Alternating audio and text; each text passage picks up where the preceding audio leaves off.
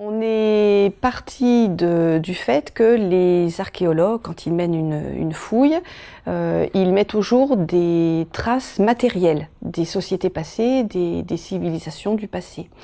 Et donc l'objet, ou en l'occurrence là on parle de vestiges mobiliers, c'est le vecteur privilégié de toute enquête en archéologie. L'approche par l'objet, c'est directement enquêter sur l'objet en tant que tel, sur cette trace matérielle, cet objet. Une approche par le geste, pour les archéologues, le geste, c'est surtout essayer de comprendre comment cet objet il a été fabriqué, comment il a été créé. Voilà. Et donc c'est une démarche plutôt d'archéologie expérimentale. Alors que lorsqu'on est sur l'objet, on est sur le vestige en tant que tel. On va enquêter sur le vestige en tant que tel.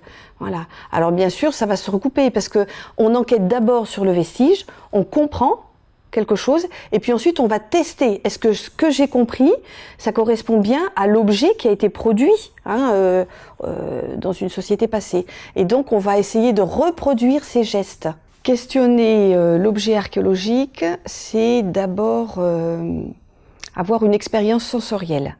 Voilà, c'est pouvoir le regarder, ça va être pouvoir éventuellement le toucher, le prendre, et puis pourquoi pas le sentir, l'écouter, voilà. Et cette expérience nous donne un lien direct avec l'objet et elle éveille la curiosité, elle va engager l'intérêt. On va se poser la question, quand on enquête sur un objet, tout de suite de savoir quel est son nom, comment on l'appelle, quel est celui qui l'a produit, avec quels matériaux il a été produit, pour quel usage, quelle est sa fonction. On va se poser la question aussi de son histoire. Est-ce que l'histoire elle est lointaine, mais aussi l'histoire récente dans les collections du musée? Quelles sont les composantes sociales qui sont attachées à cet objet? Quelle est sa valeur esthétique éventuellement? Voilà, toutes sortes de questions. Se poser la question de la présentation ou des formes de médiation autour d'un objet, c'est poser la question de l'objet comme support à la transmission. Voilà, comme outil pour découvrir, outil aussi pour donner à penser. Il y a des tas de paramètres qui peuvent intervenir, qui vont entrer en action. Et en premier lieu, l'enseignant ou le médiateur va vite se rendre compte qu'il va être amené à faire des choix dans ce qu'il veut transmettre. Il va être obligé de faire un choix raisonné. Ça peut être un exemple. Autre chose, on s'aperçoit que l'objet facilite les échanges au sein d'un groupe. Il peut être fédérateur, donc on va aussi en tenir compte. On s'aperçoit que l'objet fait écho aussi à notre quotidien, à notre propre quotidien. Et donc, il nous amène très souvent à avoir une observation fine de notre réalité ou une observation critique de notre monde. Et puis bien sûr aussi, l'objet, ça éveille la créativité, l'imaginaire. Voilà, c'est un support magnifique pour tout ce qui est créativité. Mais aussi, l'objet porte un certain nombre de contraintes, surtout quand c'est un objet qui fait partie de collections de musées.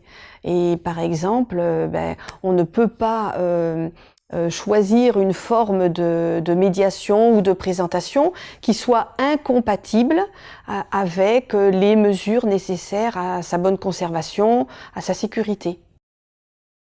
On s'est naturellement posé la question, à partir du moment où on était parti de l'idée de mettre en place un atelier sur l'objet, on s'est posé la question de où trouver ces objets.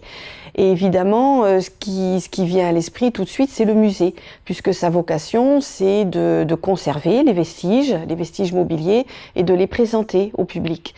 Et donc à Bordeaux, on s'est tourné vers le musée d'Aquitaine, qui a été un partenaire très important, parce que il a accepté de mettre à la disposition des stagiaires 5 objets issus de leur collection et qui n'avaient jamais été présentés. C'est donc une enquête qu'on va mener à travers tout le musée, et bien sûr avec l'aide des professionnels qui y travaillent. Et de fait, on s'aperçoit qu'avec l'objet, on va mener une enquête pluridisciplinaire, aussi bien en histoire, en sciences, en lettres, en langue, en art visuel, art plastique, histoire de l'art, etc., etc.